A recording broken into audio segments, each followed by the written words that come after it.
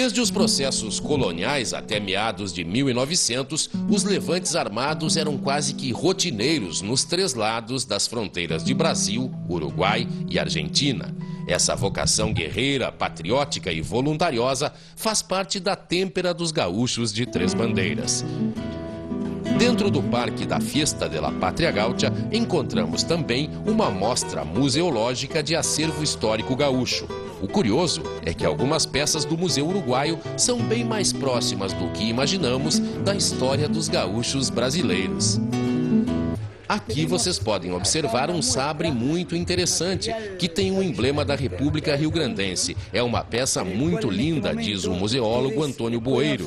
Em função das ligações maçônicas, os farroupilhas tinham aliados, fornecedores e abrigo na Banda Oriental, durante as escaramuças de 1835 a 1845. Já este, prossegue Antônio, é um fuzil utilizado pelo Exército Imperial de Dom Pedro II na campanha do Uruguai e na Guerra do Paraguai, entre 1865 e 1870. E aqui ao lado temos um sabre feito especialmente para oficiais do Império Brasileiro, utilizado também na Guerra do Paraguai. Pode-se ver que não é um sabre comum, é um sabre usado para o que se chamava fazer sinal, ou seja, para cortar membros. Tem um grande fio, é bastante pesado e tem uma lâmina muito larga, o que dava ao oficial de cavalaria a possibilidade de amputar um membro do inimigo, derrubando-o com um único golpe. Antônio Boeiro nos mostra ainda uma arma conhecida na história do Brasil como sabre da Primeira República e chama a atenção para um detalhe.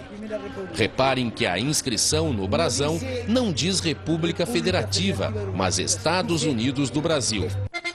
Agradeço a aula de História de Antônio e nos despedimos. Há muito que conhecer entre as atrações da Fiesta de la Pátria Gaúcha. Temos que voltar aos fogones, mas antes, o fluxo de público pelo parque nos leva até a arena onde acontecem as provas de gineteada.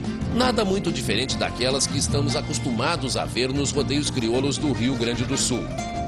A não ser pelo fato de que a narração é ilustrada com versos improvisados por pajadores.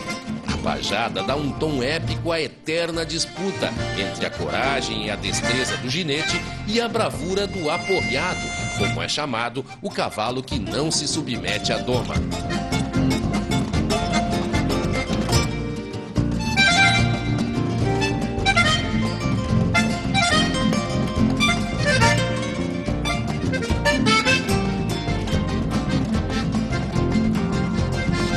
Voltamos ao nosso roteiro pelas ambientações históricas reproduzidas pelos fogones uruguaios. Recomeçamos por uma pulperia, como é chamado o bolicho de campanha, o local de encontro dos campeiros.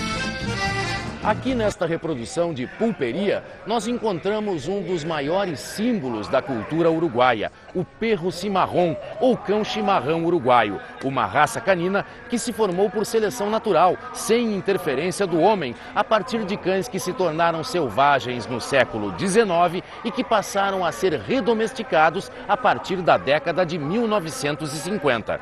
Dona Esther Bautista, dona do cão, não mede elogios para a dedicação e o empenho do perro cimarrón no trabalho com o gado.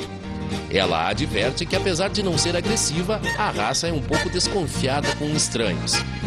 Esther Bautista nos conta que o cimarrón descende de cães pastores e galgos trazidos pelos colonizadores espanhóis. Durante os períodos de guerras e revoluções, esses cães lutavam ao lado dos donos e, por isso, era comum que se matasse os cachorros dos inimigos. Isso fez com que os cães começassem a se tornar arredios e a viver em matilhas, longe do contato humano. Daí o nome cimarrón ou chimarrão, que significa selvagem, sem dono.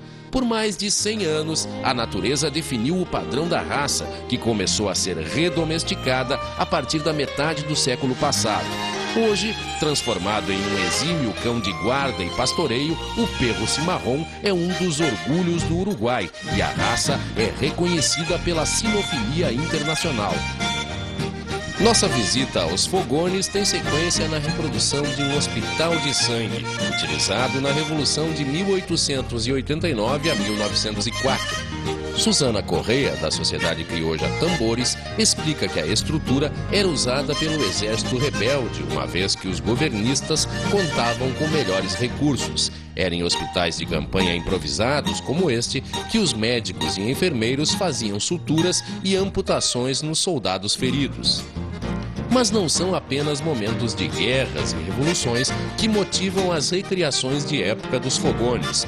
Uma das representações mais curiosas é esta reprodução das Minas de Corrales.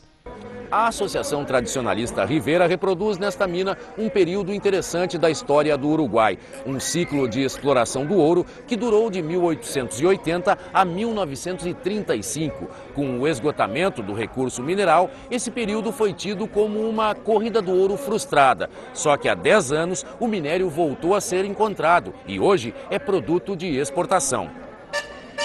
Hugo Pereira nos mostra como o minério é encontrado na forma bruta na versão atual da mina. Ele explica que essas pedras são trituradas e o pó é centrifugado com água e mercúrio para separar o ouro. Este é o resultado final do processo de extração do minério. Outra representação muito interessante é a do rancho Tiçones de Encina, que recriou um posto de diligências datado de 1860.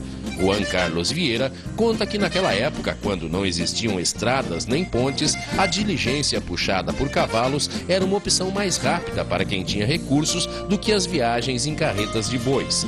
É claro que naquele ambiente isolado, o dono do posto precisava ter como se defender.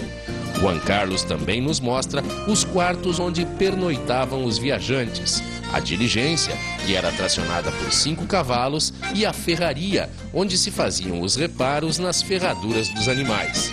Dos cavalos para o trem de ferro, a Sociedade Juan Gastelum remonta o que significou a chegada da ferrovia e dos correios para os sistemas de transportes e comunicação do Uruguai em 1891.